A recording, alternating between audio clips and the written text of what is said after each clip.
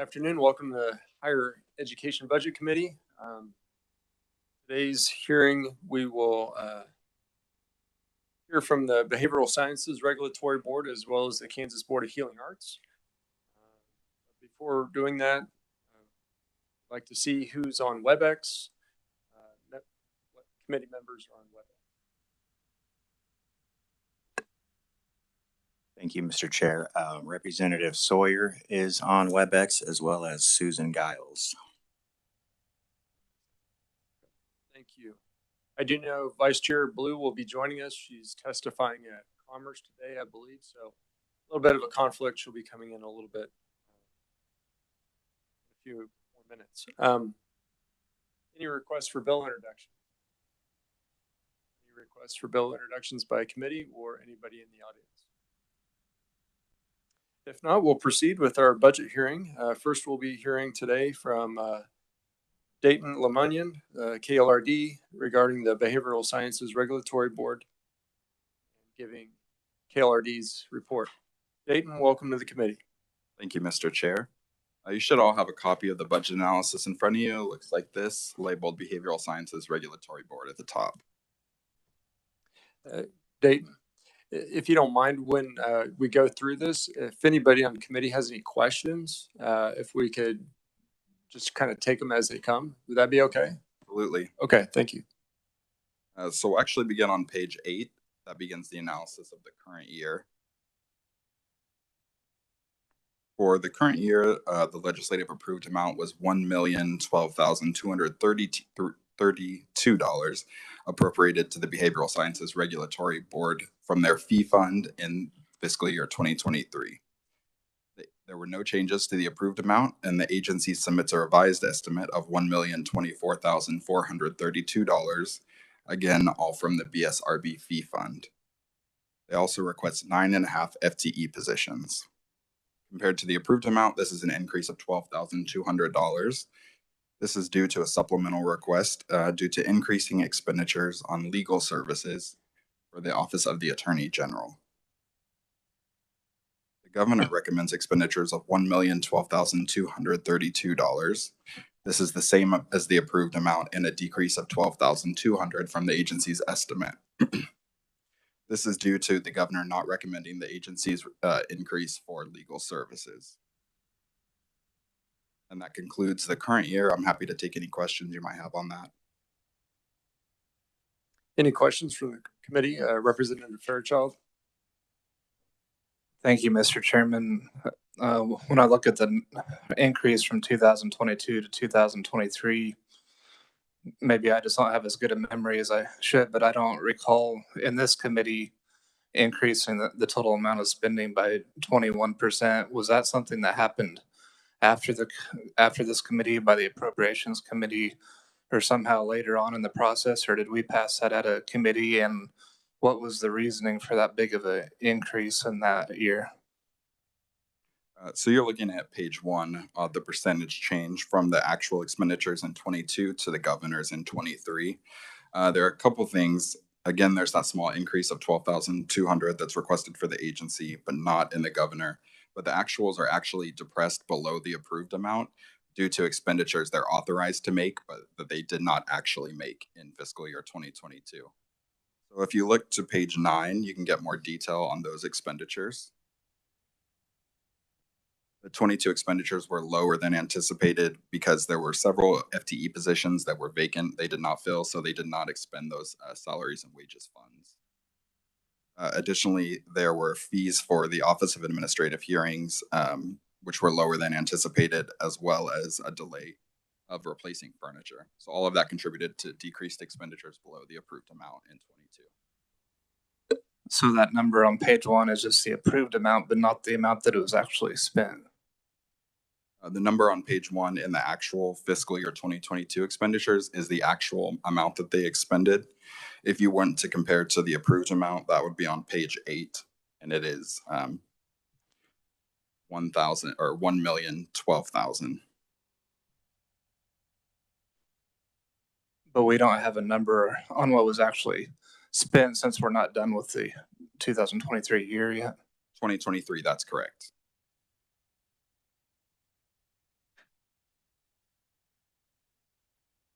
Any questions from online? Representative Amix has one here in the committee room. So Yeah, thank you, Mr. Chair. I'm sorry. This isn't probably has to do with Representative Fairchild's question. You know, we had quite a bit of discussion, if I remember, those expenditures. Those hearings were during the time of COVID, weren't they? And those had to happen online or something. There was a lot of travel and stuff that wasn't. So once we get into fiscal year 2024, you will see increases for travel that was not occurring during COVID. As for the hearings, I can't speak to why. Maybe once the agency presents, they can address the hearings specifically. And the $12,200 that was to be spent on the general's office, they're going to go out and seek their own legal. Yeah, that's correct. The agency did request that amount, and the governor did not recommend. The agency has been working to find new legal services in the interim for the remainder of fiscal year 2023 and looking for a more permanent solution. yes, Representative Fairchild. So is there a estimate on the amount of money that actually will be spent in year 2023 rather than simply the approved amount? An example might be year-to-date expenditures. I don't have those available right now. I could get those for you if you would like. We could work on that.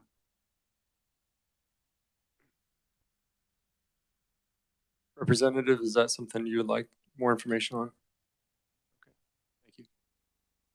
Any other questions from committee members? Anybody online?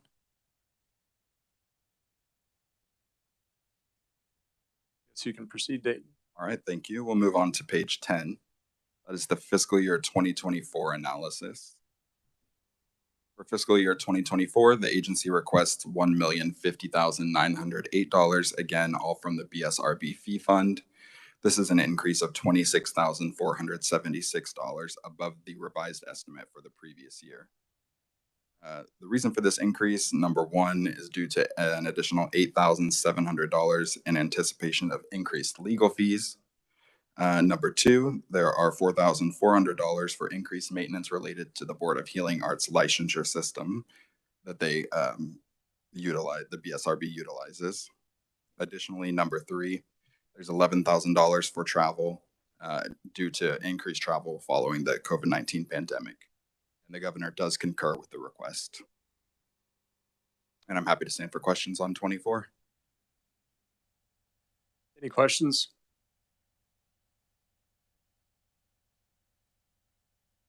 If not, we can come back and as you think of questions, just kind of wave me down and I'll put you on the list.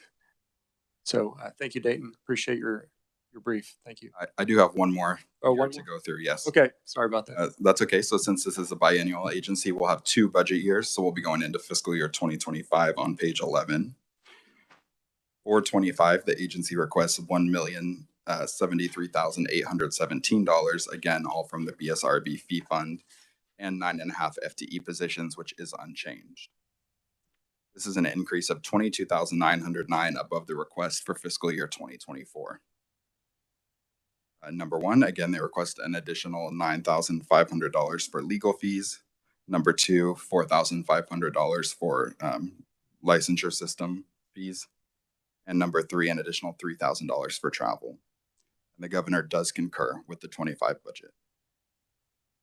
So that concludes my presentation. I'm happy to stand for any questions.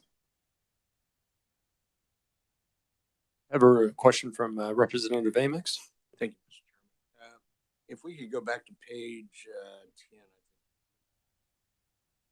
2024 budget, contractual services increase for legal fees, $8,720. Anticipation of the Office of the Attorney General. So 23, we're not going to use the Attorney General any longer. 24, we're expected to use the Attorney General again. That is a good point, Mr. Chair, Representative. That's sort of due to the process of when the budgets are submitted.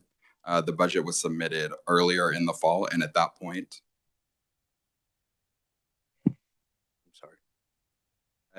when the agency submitted the budget, they anticipated continuing to use the Office of the Attorney General's office for legal services. But since the budget was submitted and before the governor's recommendation, plans changed. So it's just sort of a timing issue. So we're still going outside, planning on going outside for legal service. I think the agency is prepared to speak to this issue and give you some more information. Thank you, Mr. Representative Smith. Chairman, this is new to me, so forgive me. But in 2024, you got travel at 11,000, and in 25, you got it at 3,000. Like it'd be more. So one thing that I would note first is that that's an increase above the $1 million. So they might already have some travel expenditures that are included in the $1 million. The $11,000 would be an increase above that. So during COVID, their expenditure on travel had decreased. So this $11,000 would bring it back up. So if you want to look more comprehensively between 24 and 25, it would be an additional sort of $14,000 in travel, if that's helpful. They build on top of one another. Thank you. Any other questions? Representative Wassinger. Is the director going to come up and also speak? He does have a presentation following mine. My question is for him, so thank you.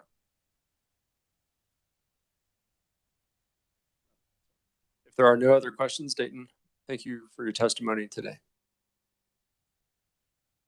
Now I'd like to welcome David Fye, if I pronounce that correctly, Executive Director from the Behavioral Services Regulatory Board. David, welcome to the committee, and please correct me if I mispronounce your name. Thank you, Mr. Chairman. My name is David Fye, and I'm the Executive Director for the Kansas Behavioral Sciences Regulatory Board, and appreciate the opportunity to come before you today. I'm happy to clarify any of the questions the committee members already asked, and I do have some testimony before you, but I'll go ahead and provide some beginning information, and I think that should answer most of the questions. First, I did want to touch upon, I thought Dayton did an excellent job explaining a little bit about our agency and the expenditures. In terms of the difference between the actual expenditures in fiscal year 22 versus our revised estimate for expenditures in 2023, we are a fee-funded agency, and so we operate based on the revenue we receive from fees from licensees. And we don't receive any money from the State General Fund for operations. In fact, by statute, we contribute up to $100,000 per year to the State General Fund. And then we operate on the revenue we receive and any balance in our agency fee fund. So if we don't spend money that we request expenditure authority to spend, it doesn't go anywhere. It just stays in the fund. And if we can get savings, we do make efforts to make sure that we don't spend all the money that we are approved to spend. So the fiscal year budget, last fiscal year in 22, the budget committee had actually approved an amount that was $981,995.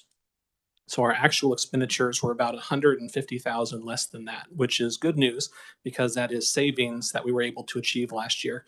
And part of the reason for that, Dayton spoke about, we had a couple of positions we were having difficulty filling. And so we were not spending the salary expenditures that we had hoped or planned to spend. Additionally, with the lingering effects of the pandemic, we did not have the same level of travel expenditures as we would normally have. A lot of the board meetings and advisory committee meetings were held online. Additionally, it was just an unusual year. With the pandemic, we tried to be conservative with expenditures, and if we didn't have to spend money, we tried not to. And so we did postpone some expenditures for things like replacing boardroom furniture, and that was especially helpful because we didn't have a lot of in-person meetings. So we were able to avoid those expenditures, and we also budget money for things like contractual services for experts. And should we have cases that would have to go to the Office of Administrative Hearings for appeals of disciplinary decisions, it's important for us to have that funding in our budget. because we need to make sure that we have that available should we need to bring in experts to testify at those hearings or draft reports or different things like that. So we try to report planned expenditures to make sure we have sufficient money for the fiscal year. But if we don't have to spend that money, we definitely try to be conservative and we spend only what we need to spend. In terms of the Attorney General contract for legal services, this for several years, going back at least 10 years, the agency had received legal services from the Attorney General's office. A few years back, maybe 4 or 5 years ago, there was a change to the way that we paid for legal fees. There is that statute I mentioned that says that we pay 10% of our revenue up to $100,000 per year for certain benefits from the state. One of those has to do with administrative services or payroll services and legal services. And for many years, it was understood that one of those services we would receive from the state would be legal services. Well, about 4 or 5 years ago, there was a different interpretation that allowed a lot of agencies to start charging for those services. And at that time, the agency began to pay about $75,000 per year for those legal services. Well, at the beginning of last fiscal year, this fiscal year, we received notice from the Attorney General's office that they were going to be increasing our fees from $75,000 to $87,200. And we had been informed before that there might be an increase, but we had tried to mitigate that by asking for fewer services from their office. But unfortunately, there was a significant increase of that $12,200. So when we submitted our budget back in September, we asked for the additional expenditure authority for that increase. During the fall, we engaged in contract negotiations with the Attorney General's office to try to see if that amount could be lowered. And unfortunately, we were not able to have that amount lowered. And speaking with other agencies, it appears that some of the services we were receiving from the Attorney General's office may have been more than what other services those agencies were receiving.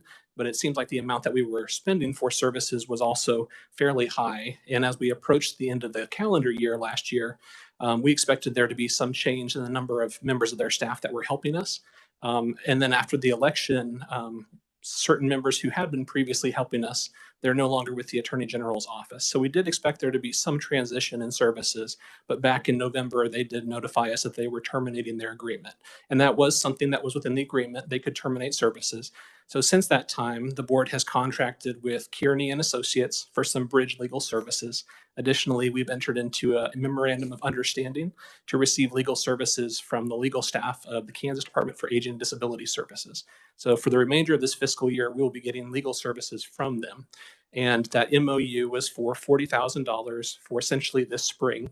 And during that time, we are looking at alternative sources for legal services. And so that is sort of an explanation about the legal fees, but we are still paying for legal services. That has just changed from the Attorney General's office to temporarily KDADS, or the Department for Aging and Disability Services. And then in the future, we expect to have either a legal staff member on staff or to be receiving those through contract services elsewhere. So, and I can keep the legislature updated as we go through that process. But as I mentioned, I provided some testimony, and I think I'll go through some highlights about our agency. So I think these will answer a lot of your questions. And I'm not going to speak word for word from my testimony, but I will touch upon some of those topics that I put into my testimony. As I mentioned, we're a fee-funded agency. We don't receive any money from the State General Fund. We operate on what we need, and then what we don't spend stays in the fund. And as long as we have a healthy balance in the fund, we don't have to revisit increasing fees for our licensees, which is a big priority. Additionally, we are a public protection agency. So our number one mission is to protect the individuals that receive services.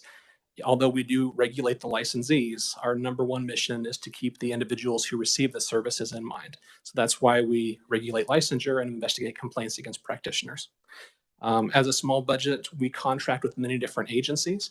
And so that's why our contractual services amount is high, because we only have 10 staff members, including myself, and we oversee 7 different professions that we regulate.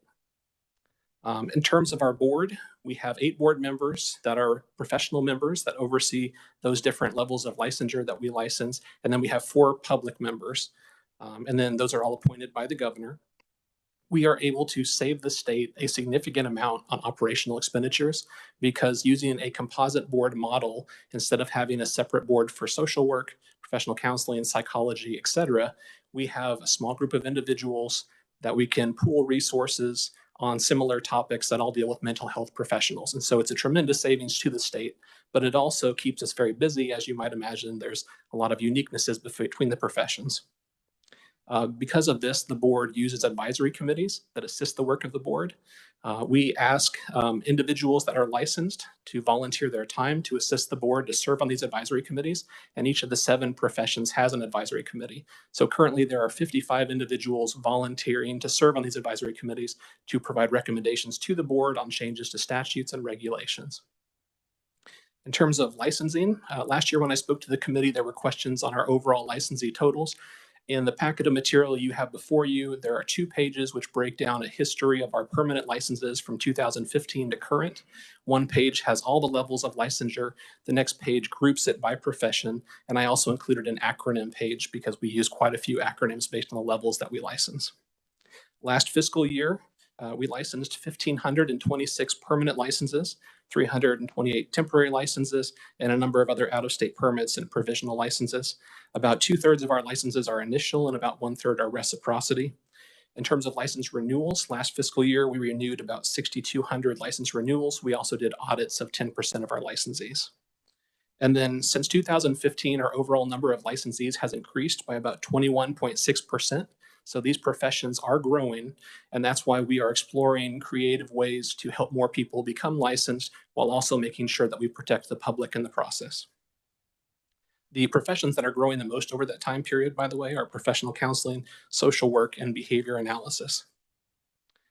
We also review investigations of complaints against practitioners. We call them reports of alleged violation because they have to tie to the statutes and regulations for the profession. Last fiscal year, we received 205 complaints. And aside from 1 year in 2021 where we saw a decrease in complaints, those have generally stayed around 200. Some of the common reasons for those complaints include falsifying continuing education when they submit their renewal, practicing without a license or practicing with an expired license. Sometimes there are dual relationships between practitioners or confidentiality breaches. There can also be conflicts of interest, or sometimes practitioners do engage in a sexual relationship with their clients. There can also be issues with practice if they practice outside the scope of their license. In terms of one of the benefits we offer the state, the assistant director and I do a tremendous amount of outreach. We speak to groups of students when they're getting close to becoming licensees, and we try to help them through that licensure process. And we also give them information about disciplinary factors to try to make sure that they don't violate the rules of unprofessional conduct and have a complaint filed against them. So last fiscal year, we spoke to groups of students about 18 times. Additionally, at national association meetings, I've been asked to speak. This past year, I was asked to speak 3 times at different association meetings, and I spoke to the work the board is doing on innovations in licensure and other creative ways that we are assisting with licensure. Additionally, last January of 2021, we launched a YouTube channel for the agency. We wanted to make our meetings more accessible to the public, and we also did that for our advisory committee meetings as well. Since that point, we have broadcast or uploaded 97 meetings that have been viewed over 3,000 times. That has greatly increased our interactions with the public. We get a lot more emails with questions. We also see that individuals are watching those meetings and are asking me questions about items the board is considering. And when we go for those outreach meetings with students, we also speak about the YouTube channel too and encourage them to be aware of the profession that they are about to enter. We also have a website with lots of great resources, but I won't really speak to too many of those right now. I did want to make you aware of one item that I found out about yesterday. The Spark Committee approved funding request, and we did submit 2 requests for funding for modernization of technology and updates to our building. So we submitted 2 small projects, one that was for $980 for a boardroom camera, and that will assist us in having hybrid meetings where we can have some members of the board who are physically present at the board office and some that will be outside the room. And then we have a boardroom projector that has gotten fairly old. So we got approval for that to replace it for about $1,300. So wanted to make you aware of those 2 requests for funding that were approved yesterday. And then before I wrap up my presentation, I just wanted to make you aware, I mentioned the board spends a significant amount of time working on creative licensure. And there is a bill that is currently in the process of being drafted. I expect it to be released any day. And that will have several different items affecting the BSRB licensees. And so I would encourage your support of that bill. I will let you know when it is made available. It should come out in your bill packet. But I'm happy to answer any questions on any of the items in that bill too. Just want to make you aware that was in the process and it should be released any day. So with that, I'll go ahead and end my presentation and I can answer any questions from the committee. Thank you, David. I had a few questions if the committee is okay with me starting it off, but is KDADS, in terms of the legal services it's providing, is it comparative in cost to what you're paying at the AG's office? Yes. So the agreement with the Attorney General's office for this year was going to be $87,200. And when we spoke with KDADS, they agreed to provide services to us for half the fiscal year.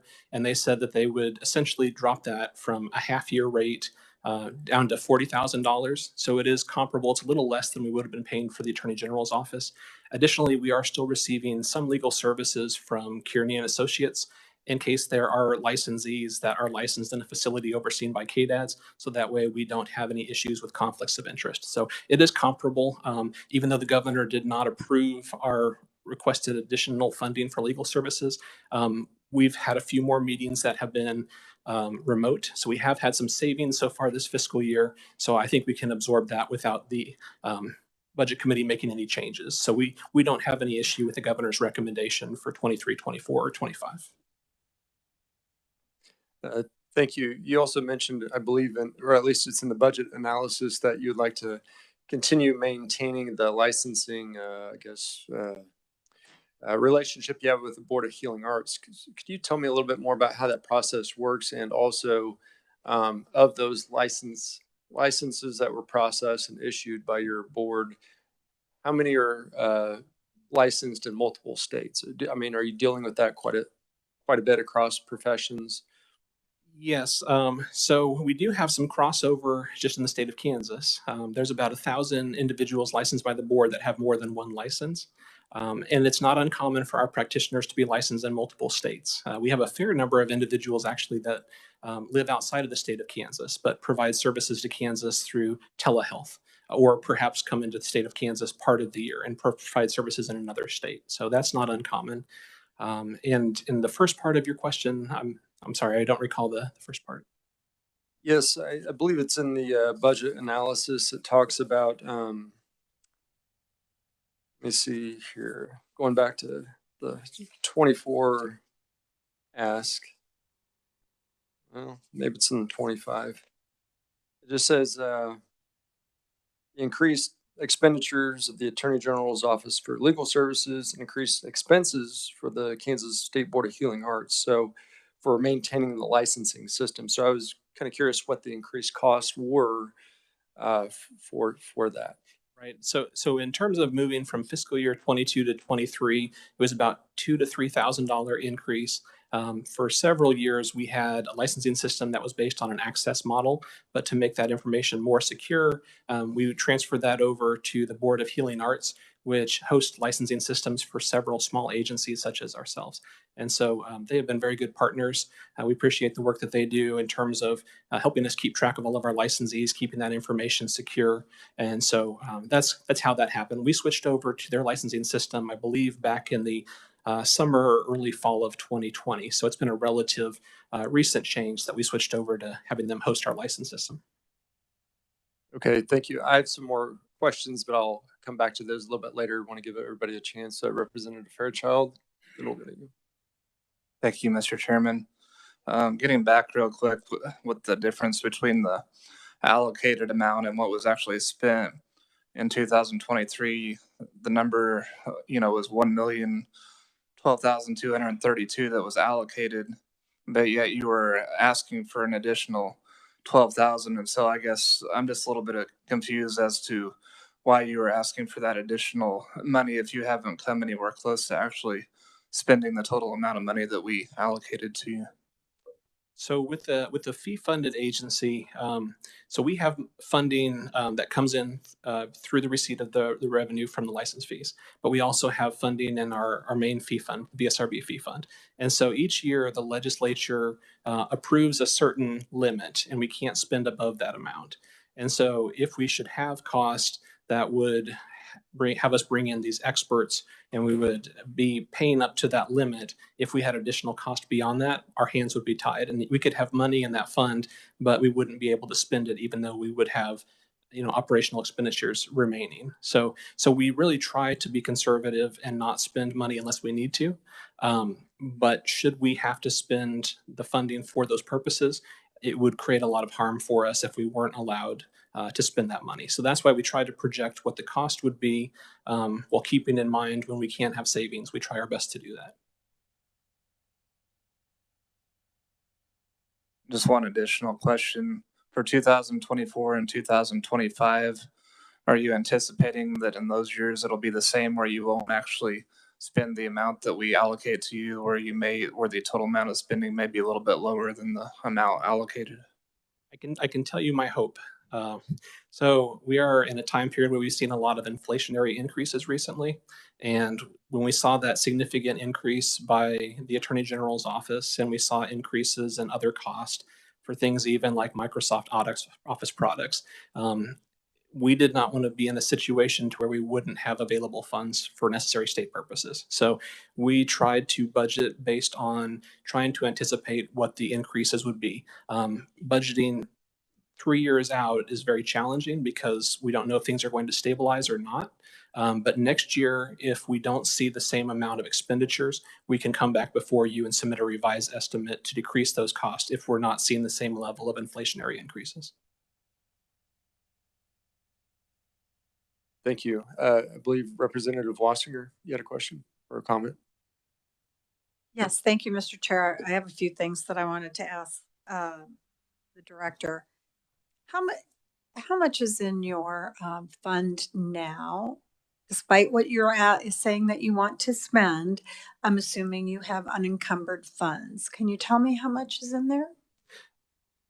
So unencumbered funds is a little bit tricky because there's money that comes in the fund, and I can tell you what the current balance is based on what we've spent out of the fund to date, but it's about $2.2 million.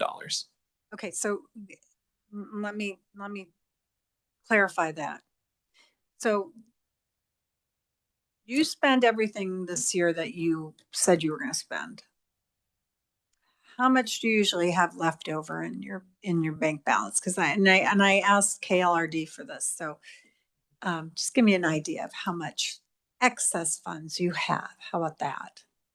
It had been growing, and the board decreased fees back in 2019, I think by about $50 for some of the major fees. I believe it had been right around 2.1 million, and now it's at 2.2 million. But that fee decrease was in an effort to draw it down slowly over time. I can tell you on a personal level, I've been with the agency for just 2 years, and I definitely didn't want to experience unusual revenue because of the pandemic. And so I made, I would say, significant efforts to try not to spend money. And so we avoided a lot of normal expenditures to try to make sure that things were going to be stable during the pandemic. But we hope to be going back to a normal level. And if that should happen, that means our budget would slowly go down. And then hopefully we won't have to reevaluate raising fees for several years. If I can continue this line of questioning.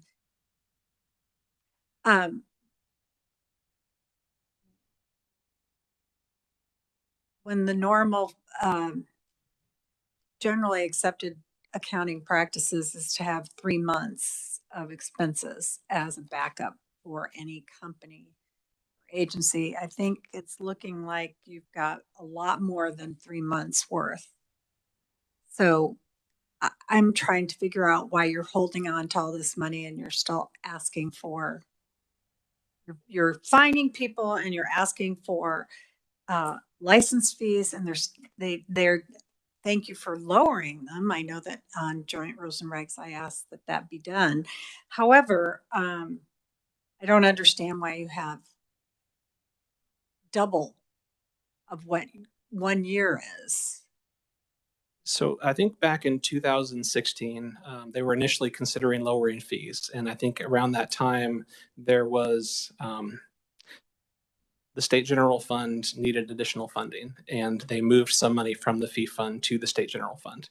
And I think the board was concerned that if there were normal actions like that, it would create some instability with the fund.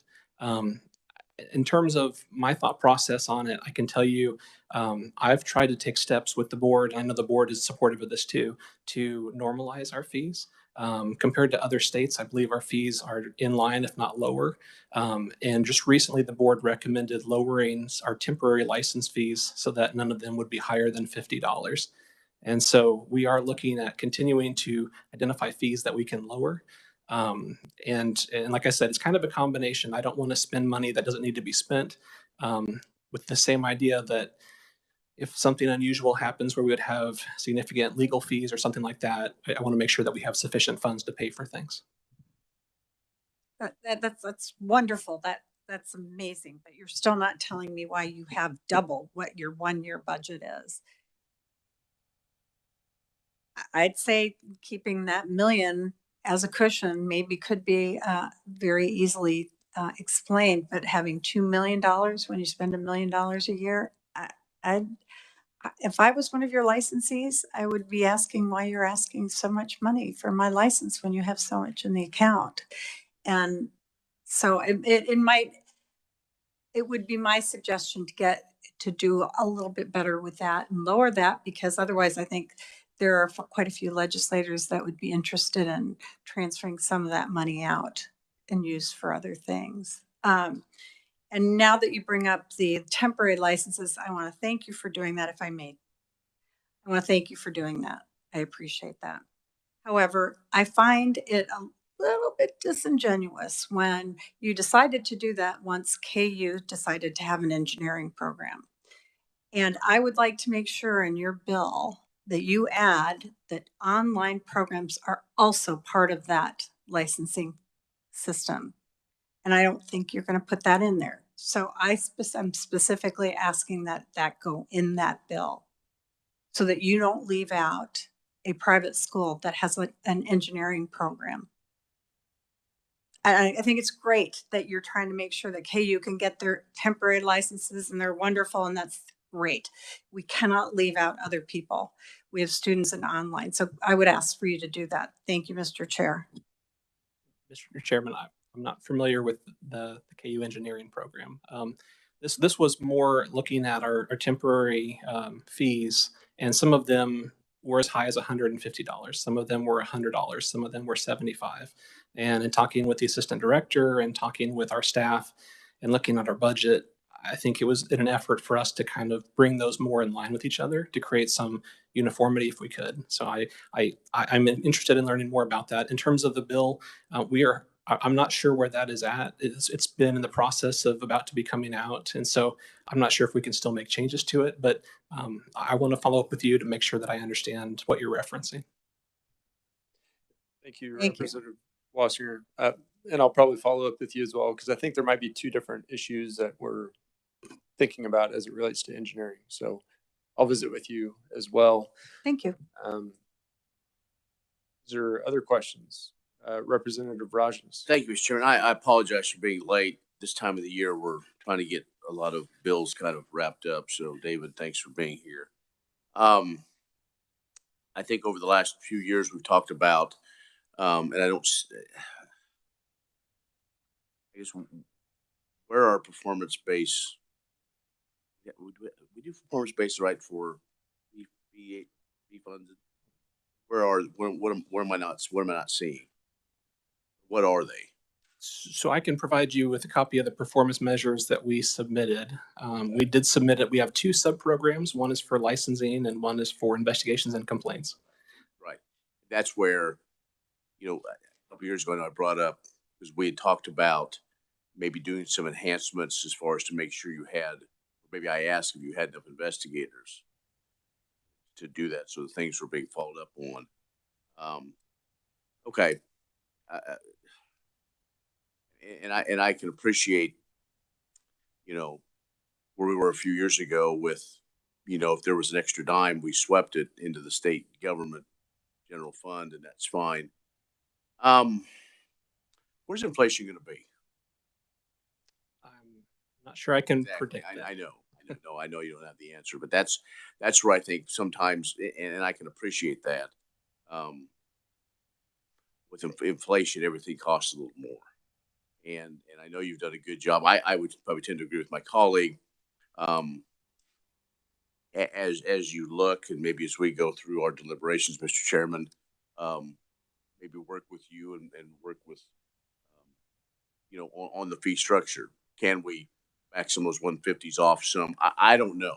You're the expert, but as we look at, I kind of agree with the colleague from Ellis County that, I understand we need to keep that cushion in there, and then not knowing what inflation is, but also can we review,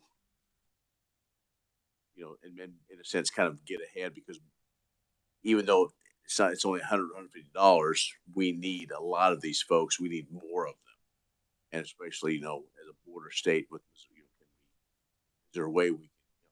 I doubt if that's a hindrance, is it? But still, it's one of those things that it's it could be correct. Yeah, and I think to your point, a lot of the board's discussions have involved how to deal with topics like workforce. And you'll see some additional expenditures for travel. And part of the reason is that there are situations that we are trying to address right now to help more people get into the workforce. And some of the other states have created some innovative techniques. And overseeing 7 professions, it is a challenge for me to know what's happening in all states for all the professions. And so we're trying to encourage board members to be able to go to those association meetings to bring back information. One of the items in our bill is to create a new type of temporary license for social work students who come from programs that are in candidacy for accreditation. And it's modeled after a type of temporary license just like that in Minnesota. And part of that came from, I went to that conference, I said what some of our current issues we're working with, and they said, we've got a solution to that. And so I learned from that. We were also, in our bill, we have a new type of student temporary license for addiction counseling students. There's also some language in there to decrease the amount of time for a lot of people who want to become licensees by reciprocity. But I think part of this is that I'm trying to help the board build a good program here so that we can go out and collect a lot of different ideas to bring back to Kansas, to bring back lots of ideas for you to consider as a legislature. I think our bill is going to be at least 90 pages, and it's full of different ideas and concepts for you to discuss. And I think the board is supportive of those ideas, and I know workforce has been probably our #1 topic we've discussed this year. So I just want to convey that on behalf of the board, but also on a personal level as well. Thank you very much, Mr. Chairman. And I see now, I didn't go far enough back, or I was looking at your license renewal expenditures, but the performance measures are there. So thank you. All right, thank you, Mr. Yeah, I do have a question for you, Director.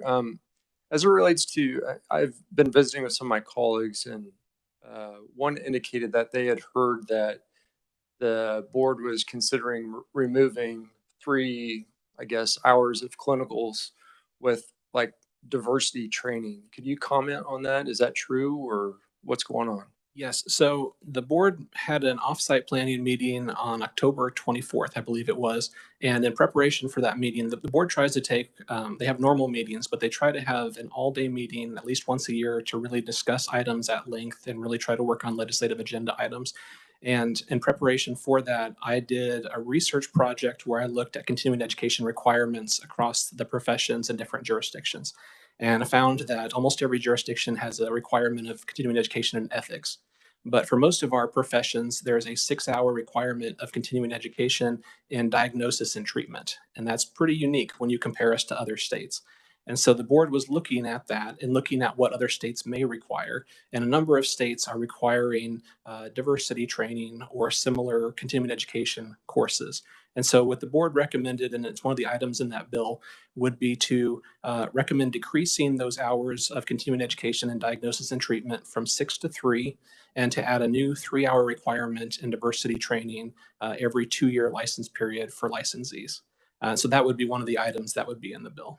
And part of this is balancing the board's mission of helping out with workforce issues with also public protection. And some of the discussion of the board was that they really valued that training and they thought that was important to adjust in the requirements. Can you share with the committee where that idea came from? You had mentioned you've been soliciting some ideas from around the country, and just kind of curious where that perhaps originated or if it's part of a larger, I guess, program in the medical field. Sure. So last year, this would have been, I guess, for the 2022 legislative session, the licensed psychology profession had recommended continuing education hours in diversity, equity, and inclusion. And that was brought forward in a bill last year, and that was amended out of the bill.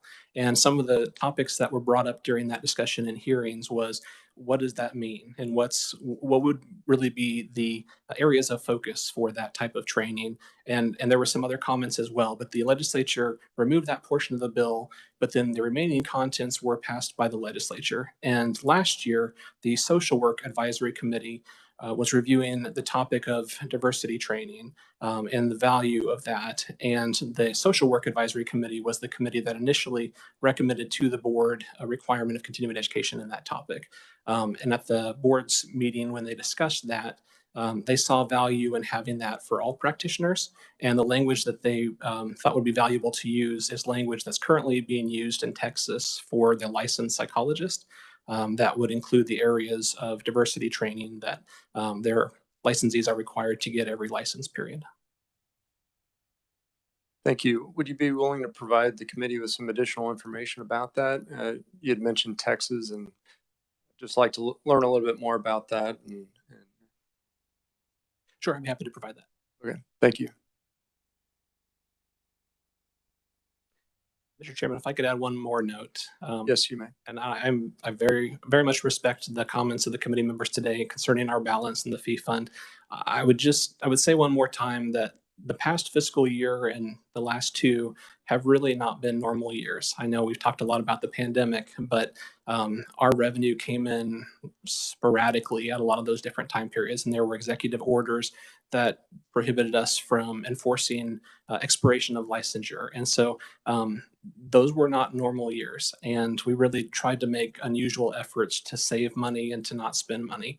But I think some things were hurt because of that, in terms of our ability to do outreach with students, our ability to collect information from other states. And so I really want to bring us back to get us back to normal. But in terms of our expenditures from those years, I don't know that those really reflected normal years. I would say that those were abnormal years. A lot of that was related to the pandemic, and I really want to bring us back into more of a normal sense of doing business with increased efficiencies and effectiveness as well.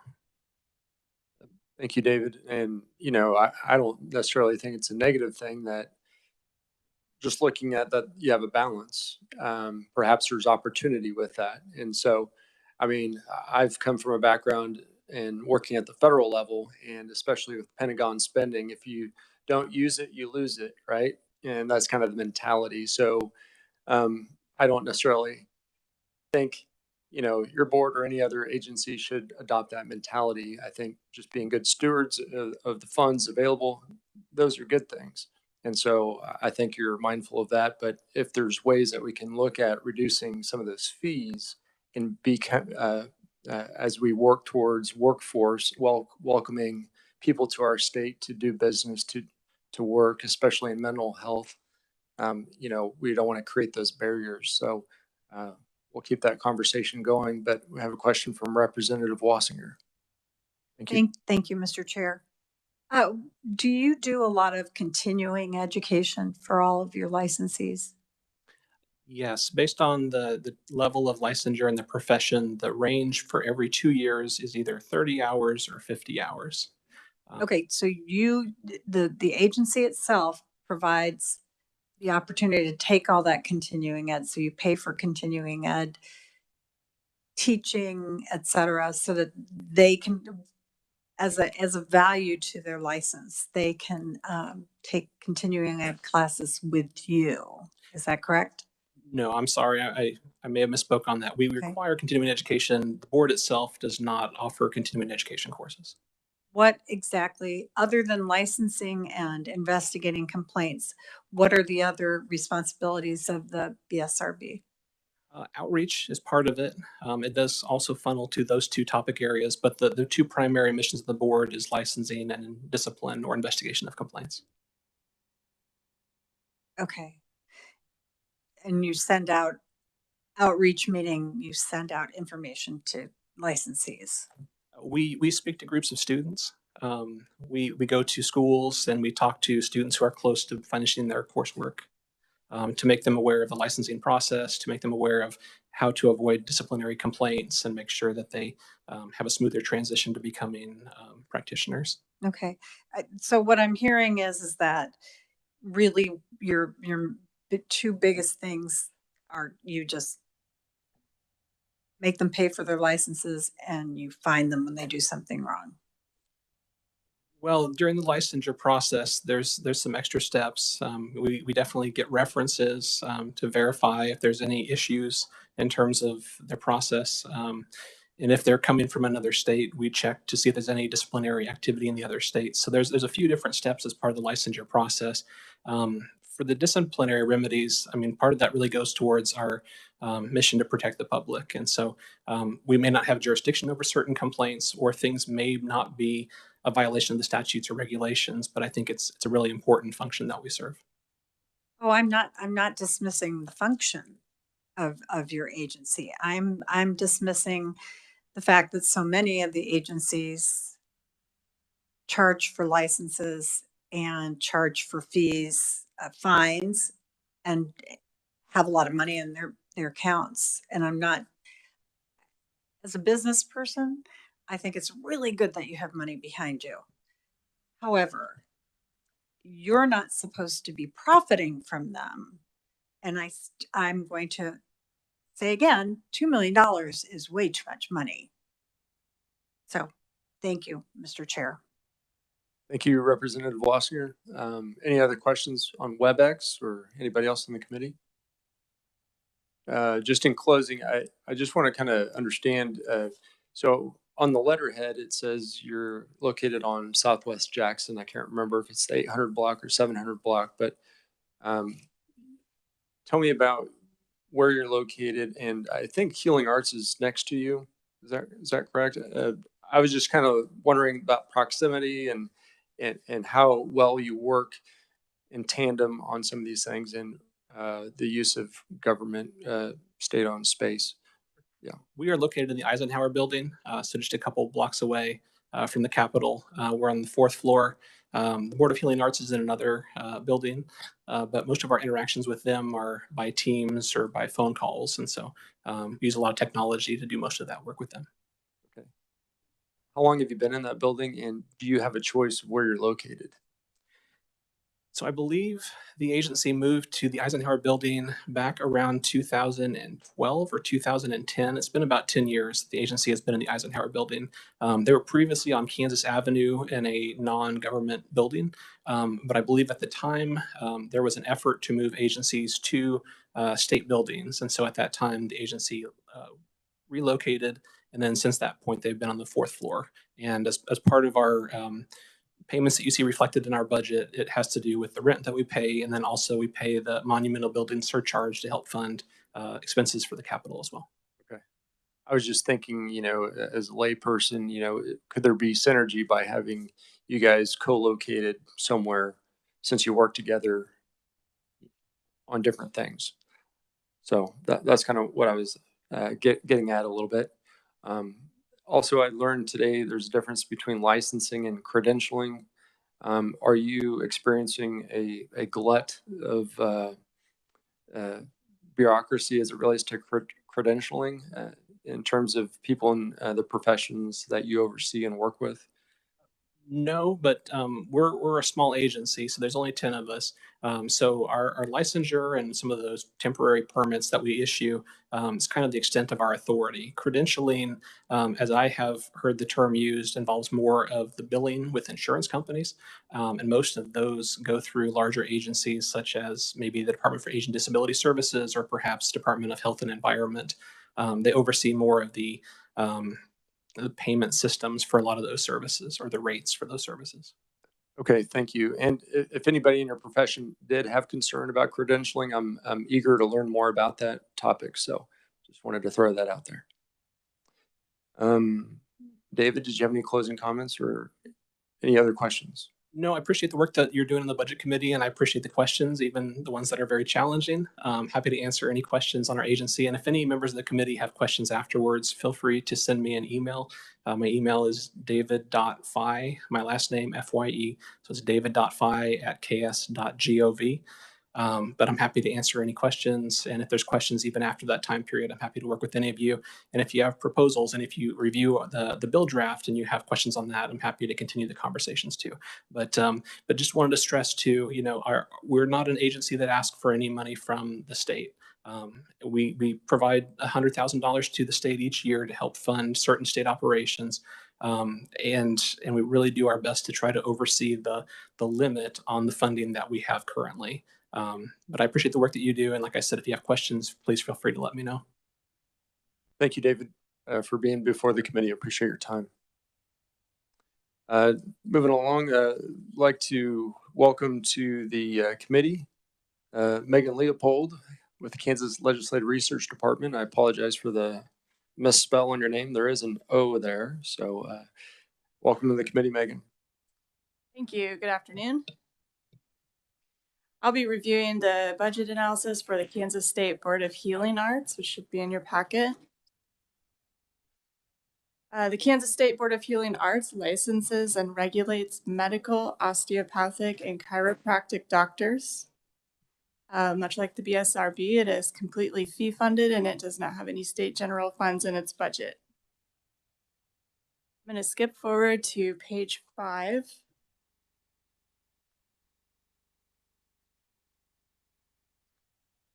On page 5, you'll see the agency's revised estimate for fiscal year 23. The agency requests $6.8 million. Again, that's all from special revenue funds and 67 full-time employee positions. This is no change from the amount that was approved by the 2022 legislature. Within that, though, you see some changes. They've had a slight increase for salaries and wages, and that is to fund the additional 6.0 FTE positions that they're asking for in fiscal year 23. And to offset that, there's a decrease in contractual services, and those are largely expenditures for computer software and services, as well as a decrease in commodities. And this is due to lower anticipated use of office supplies. The additional 6.0 FTEs that the agency is requesting in fiscal year 23 are added positions to help keep up with an increasing number of licensees. And these are attorneys in the license and disciplinary departments and general counsel. As you can see at the bottom of the page, the governor did not recommend any changes to the agency's fiscal year 23 request. On page 7 is the agency's 2024 analysis. The agency requests $7.1 million, again, all from special revenue funds for fiscal year 24. This is an increase of $265,000 or 3.9%, and that's from the revised estimate in fiscal year 23. The changes that we see are an increase of $209,000 in contractual services, and that's largely due to an increase in board and staff member travel that's anticipated as COVID restrictions wear off and there are more in-person meetings. There's also some salary and wage adjustments to pay for increased employer contributions for health insurance expenditures. As in 2023, there are no changes recommended by the governor to the agency's request. The next page is fiscal year 2025. The agency is requesting $7.2 million. This is an increase of $160,000 or 2.3% above the agency's 2024 request. The increase is in contractual services, and again, that's due to anticipated increase in travel for in-person meetings. As in prior years, the governor did not have any changes recommended to the agency's fiscal year 25 budget. I'm happy to stand for any questions. Thank you, Megan. Any questions from the committee for Megan? Representative Fairchild. Thank you, Mr. Chairman. Previously we had a issue with the difference or discrepancy between the total amount we allocated and then the total amount that was used. I was just wondering if we have if we have the same issue this year. Has the agency actually used the entire, or are they planning to use the entire amount that we allocated to them in 2023? Is that something that you know the answer to? Yes, so if you look at page 2, or I'm sorry, it's actually at the bottom of page 1, that chart there, the top line is the amount that was approved by the 2022 legislature. That middle line is the agency's revised request, and there's no change in what the agency is asking for in the revised request versus what was approved for fiscal year 23 by the last year's legislature. So they are anticipating to expend all of what was approved. Any follow-ups? Yeah, go ahead. I mean, do they have to spend all that's approved, or like it was, previously? Can they save some of the money and have a whole bunch of money saved up in a savings account if they don't spend it? Well, all of the money that they spend is coming from the same account in which the money is saved. So if you look at page 4, at the top of page 4, there's a chart of the Healing Arts Fee Fund. That's the agency's primary fee fund. And it shows the revenue and expenditures as well as the ending balance for each of the years. So the revenue that comes into the agency through licensing fees is the same money that they're asking to spend in this budget. So there's just one account, if that makes sense. Any other questions? Megan? If not, Megan, thank you. And Susan Giles is online. Yes. Yes, I'd like to welcome Susan Giles, Executive Director for the Kansas Board of Healing Arts. She's appearing by WebEx today. Unfortunately, got stuck in a layover due to weather, I think. Yes, Susan, thank you. welcome to the committee. Thank you, Chairman Howe, for having me. I appreciate it. And yes, unfortunately, I am stuck in Dallas and trying to get home. So I apologize for not being there in person. And I won't take too much of your time. I think that Megan did a wonderful job, and you have my testimony in writing as well. And so I should introduce myself. I am Susan Guile, the Executive Director of the Kansas State Board of Healing Arts. I've been with the board about 4 years. I've been the Executive Director for about 1.5 years. So I'm happy to be here with you all today. I'll just give you a high level overview and some additional information, but we have one program, which is operations, and then we have 5 departments that make up that program, which is our licensing, disciplinary, litigation, general counsel, and administration. And Megan went over what our budgets are. Part of what that includes is a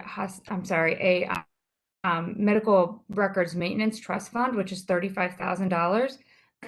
This trust fund was created by the legislature in 2009, which allows us to pay for the storage, maintenance, and transfer of abandoned medical records, which have been placed under the board's custodial care. Excuse me, just one moment. I'm so sorry. This is important as it ensures patients' ability to continue to access their medical records if for some reason there's no provisions for the storage and handling of a healthcare professional's medical records. We see this usually with sole practitioners in small practices if there's maybe been a sudden unexpected death and there's just no provisions for how to handle those medical records. They often come to us. So that's a really important trust fund for us to have. The other thing that I want to highlight for you is you may see that our budget shows a fairly substantial ending balance for each fiscal year. And that's really important for us to have. And there's a couple reasons for this. Is one, our annuals at the end of the fiscal year, and that's our largest licensee base. And so a lot of our money comes in at that point in time. And it's also graduation time for all of our licensees. And we actually license and regulate 16 healthcare professions. And so a lot of the new applications are coming in at that time. So that's when we bring in the bulk of our revenue. And then that has to sustain us throughout the entire fiscal year. And so it's really a falsely inflated number. It is important for us to maintain a decent cash reserve so that we can operate in the event of a catastrophic occurrence. And additionally, we have a no limit fee fund, which is what we use for our litigation cases if we have to pay expert witnesses and other fees for those cases. And some of those can go into the tens of thousands or even hundreds of thousands of dollars for each case. And should we ever be successfully sued, that's where that payout would come from. And interestingly, I'm down here in Dallas for a Federation of State Medical Board meeting. And as we were networking, one of my colleagues mentioned that they actually were hit with a $6 million lawsuit that they had to pay out of their fund. So I think it is important for us to have funds available. The other thing I did want to clarify, and I think David did a really great job of explaining the whole fee fund structure, so I won't repeat that. But I did want to clarify that if we levy a fine and we receive a fine, that does not go into our budget. It goes into state general funds. By statute, we are not permitted to keep those funds. So I think that's important for you to know. Other than that, I will stand for questions if you all have any. Thank you, Susan. The connection cut out a little bit. You started talking about the reserves that you have or your ending balance, and I didn't catch the front part of that. Just kind of froze up on the screen and couldn't hear the audio. So could you tell us how much money you have in the bank? That came up when the last agency reported, and then also the importance. You had started talking about that. I caught part of it, just not the first part. Okay, so I apologize. I'm not able to be there right now, so I don't have the exact number. The last time I looked, our cash reserves at this point in time are about 5-point-something million. That's what we have on hand right now. I'm sorry, I can't give you the exact number. It's in my office. But it's important for us to have that because of the no limit fee fund. And somebody just stop me if I start getting redundant to what you did here. It's because of our no limit fee fund. And that's the money we use to pay for our litigation cases, which we pay usually expert witnesses, things of that nature. And those can run into the tens of thousands or even hundreds of thousands of dollars sometimes. And some of those cases sort of stalled during the pandemic. We really couldn't find expert witnesses because all of our healthcare professionals were busy with the pandemic. And so now that we're sort of, getting back into our normal, we're ramping those cases up again. So we do expect some pretty significant payouts for some of those cases. Thank you, Director Giles.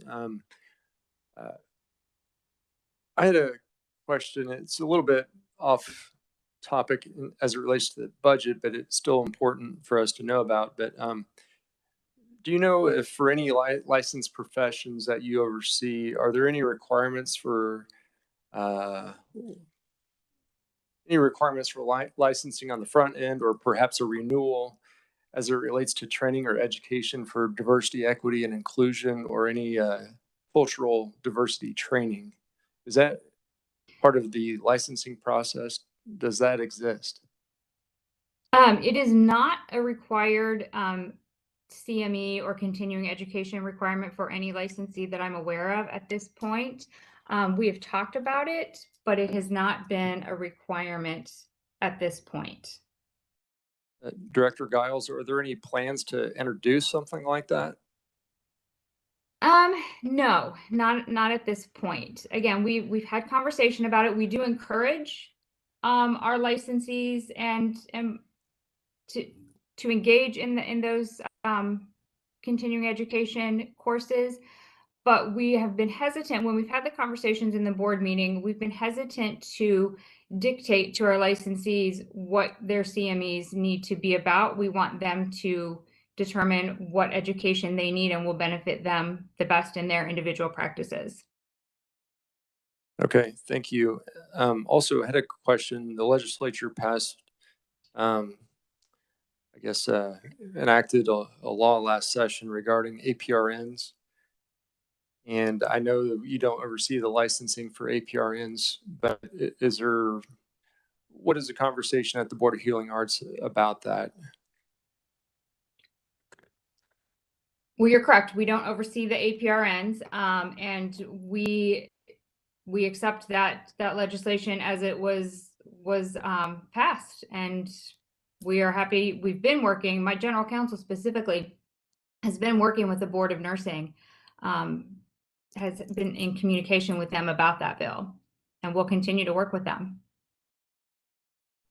Thank you, Director Giles. Also, I was in appropriations yesterday, or perhaps the day before, but I learned that the Board of Healing Arts does provide some sort of a IT service to other agencies. Could you speak about that? What is Board of Healing Arts doing that's so much better that other state agencies are coming to you for contractual services?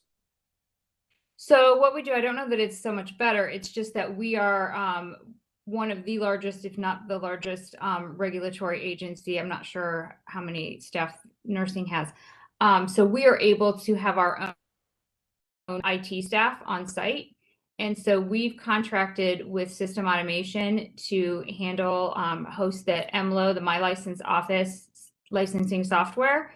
And so what we've done or been able to do is take that on, and then we host some of the smaller agencies, and we pay System Automation, and then they charge us for all of the smaller agencies, and we charge them, we pass on to them their share of the cost. We don't make any money off of it. We just pass on their share of the cost, and they pay us for that hosting service. And then we provide them the IT support for that. Thank you. Other questions from the committee? Representative Wassinger? Thank you, Mr. Chair. I think you had some anticipation of what I was going to ask.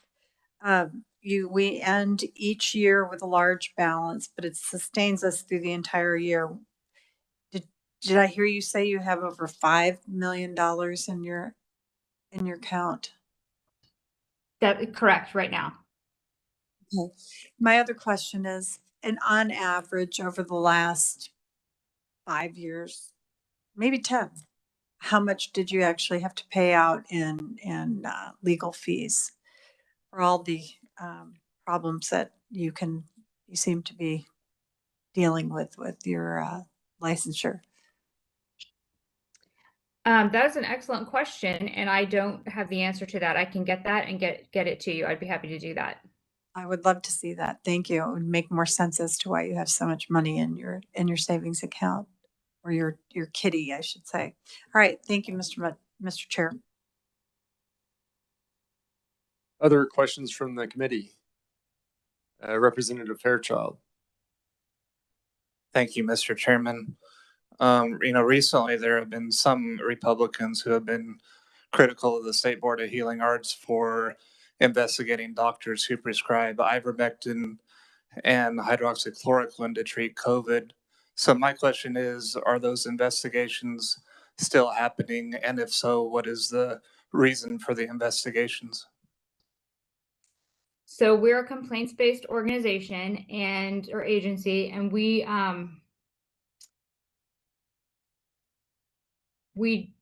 don't investigate solely for off-label prescribing. We would only investigate if there was an allegation that met the threshold of being below the standard of care. So if there is any professional that has an investigation, it's because there was an allegation that something happened that was a violation of the Healing Arts Act or the violation of the standard of care. And so where are those investigations? That would be a really specific question for each investigation. And I don't know where each one of them is in the process right now. Director Giles, as a follow-up to that, could you tell the committee how many investigations are pending as it relates to doctors that may have received a complaint about a prescription for ivermectin or hydroxychloroquine? I find it interesting that someone would complain about it. I mean, certainly a patient wouldn't complain about it unless there was like some adverse reaction, I would suppose, but. Right. And I'm sorry, I don't know how many we have pending that were a result of anything related to COVID, but again, I can try to get that information and get it to you. Thank you. Other questions from the committee? Anybody online on WebEx? Representative Sawyer?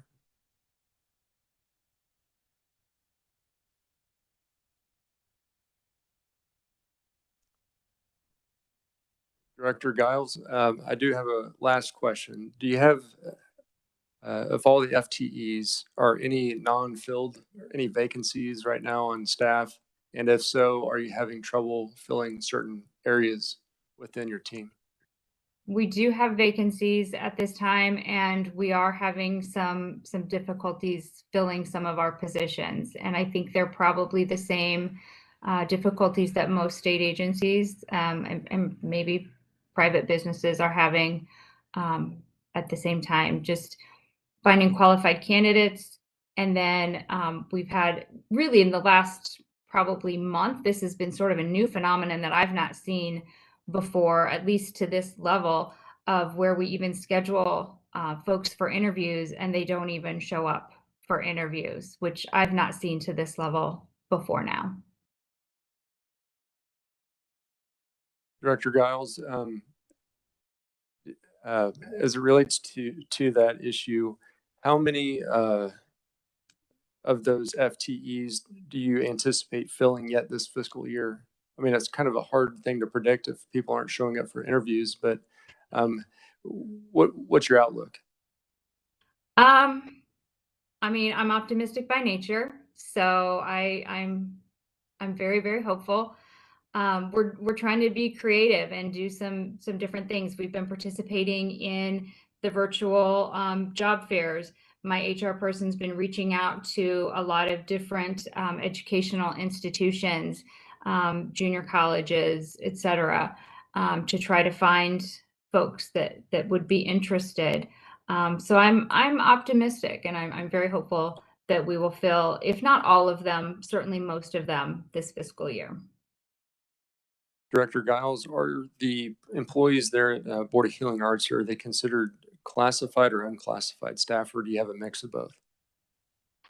They are unclassified. The only classified staff I believe that we have left, we had a couple that were still classified for a while, but I think all of our FTEs are now unclassified. We do occasionally have classified law clerks. Okay, thank you. Last call for any questions. Director Giles, I appreciate your time in communicating with my staff and letting us know that you weren't able to make it back in person, but it's glad to have you on WebEx, and we wish hopefully things thaw out in Dallas and you're able to make it back home soon. So best wishes for a safe trip home. Thank you. I appreciate the opportunity to testify before you today and appreciate the flexibility. Thank you all. Have a great day. All right, committee, I believe that concludes our meeting today. In terms of announcements, we have a meeting tomorrow at 1:30. We'll hear from the Kansas State Historical Society as well as the State Library. So come with your questions, and hopefully we'll have a good, lively meeting tomorrow. One last thing, Brianna? I sent a draft of tomorrow's committee budget, so if you guys want to take a look at that, that should be in the S drive, so you guys can just take a peek at what's happening tomorrow. Thank you very much, Brianna. We appreciate your support. If there's nothing else, meeting is adjourned.